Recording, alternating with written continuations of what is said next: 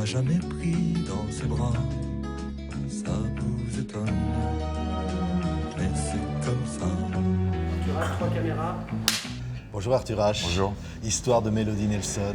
Ouais. Une création ici au Francophonie de Montréal. C'est quoi, un rêve qui se réalise? Ah ouais, en fait, c'est un rêve, j'aurais jamais pensé, moi, à faire Mélodie Nelson dans son intégralité comme ça. J'avais déjà fait une fois L'homme à la tête de chou, parce que les gens qui avaient écrit un arrangement pour Bashung m'en ont demandé après, parce que malheureusement Bashung était plus là. Donc j'avais déjà eu un énorme plaisir à rentrer à l'intérieur de la tête, du crâne de Gainsbourg. Mais là, c'est encore plus, parce que c'est avec les cordes, et les cordes, c'est absolument, c'est merveilleux, quoi. Mélodie Nelson, les cheveux rouges, que c'est leur couleur naturelle. Qu'est-ce qui touche dans l'histoire de Mélodie Nelson? Le fait que c'est un vrai voyage, en fait. Malgré le fait que ce soit court, le temps est totalement dilaté. On entre dans une espèce de trou noir magnifique, on ne sait pas où on va, et ça, je trouve que c'est très très beau. Comme ça, les morceaux. Pourtant, quand on décortique la chose, c'est assez simple, mais quand on rentre dedans, c'est vraiment, ça se transforme tout de suite en un voyage très très magique, quoi. Princesse des ténèbres, archange maudit. Ce qui est très beau quand on écoute attentivement le disque, c'est que c'est le miroir d'une histoire d'amour. En fait, que je pense que Mélodie Nelson, même si Jane Birkin n'a pas un personnage vraiment prépondérant, enfin elle dit juste Mélodie Nelson 3 fois, quoi. Mais à part ça, c'est vraiment un disque, je pense, qui a été écrit par elle, pour elle et par elle et avec elle. Et aussi pour la mettre en valeur, pour la séduire, pour créer quelque chose ensemble. Et je trouve que quand on écoute la voix de Gainsbourg, on sent vraiment un état amoureux, en fait. Et c'est ça aussi qui donne toute cette grâce incroyable qu'il y a dans le disque. Un petit animal. Que c'est Mélodie Nelson. une adorable garçonne. Être Gainsbourg sur scène, Arthur. Ça, c'est C'est touchant parce que prendre la voix de Serge.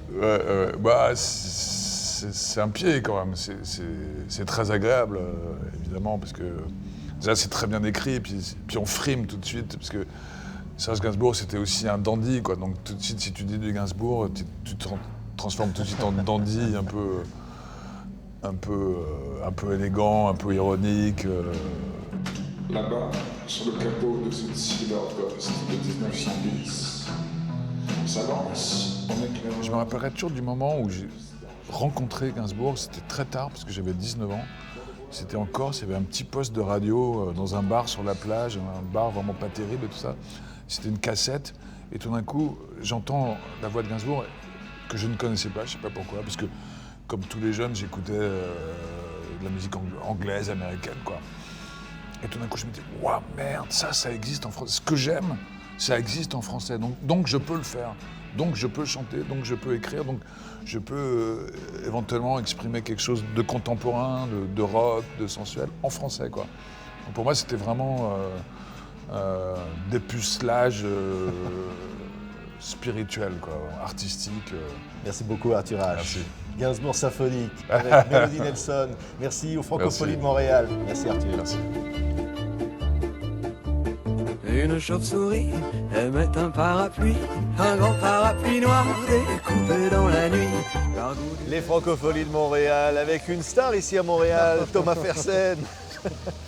C'est vous qui le dites. Ah, mais je le dis parce que c'est vrai. Et ça fait depuis 1993 que le public québécois vous a adopté. Effectivement, je suis arrivé ici, je ne connaissais rien, j'ai rencontré les gens, ça s'est bien passé. Et puis c'est un plaisir qui ne s'est jamais démenti et qui était réciproque. Donc ça a continué tellement que aujourd'hui, quand je reviens, j'éprouve un sentiment nouveau qui est celui qui est la nostalgie, parce que j'ai vécu beaucoup de choses ici, j'ai connu des gens. Et quand je me promène dans les endroits que j'ai fréquentés ici, il y a des fantômes, il y a des... c'est merveilleux. J'ai une histoire, ça fait partie de ma vie, effectivement. Le bal des oiseaux, 1993, les premières Franco, Et quelque chose, un déclic avec le Québec, hein. Le langage, Ouais. la langue, cette communauté d'esprit.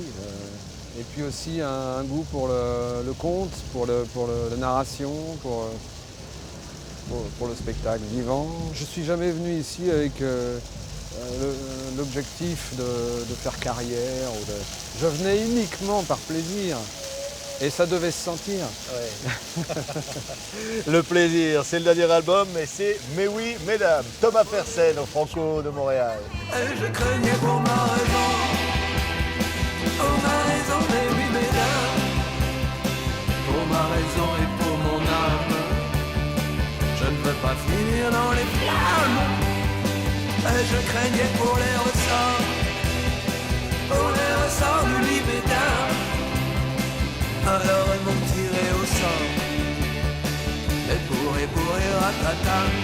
C'est vraiment ce réflexe de désobéissance, je pense, qui m'habite, et qui m'habite depuis la cour d'école, depuis fort longtemps, qui est aussi assez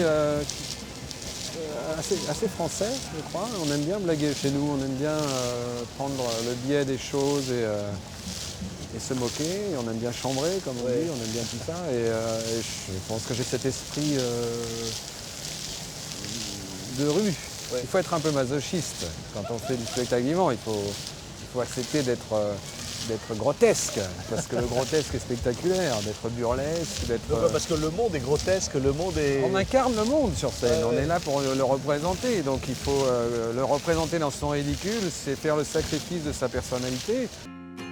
On me dit que je suis paresseux, que je ne fais que ce que je veux,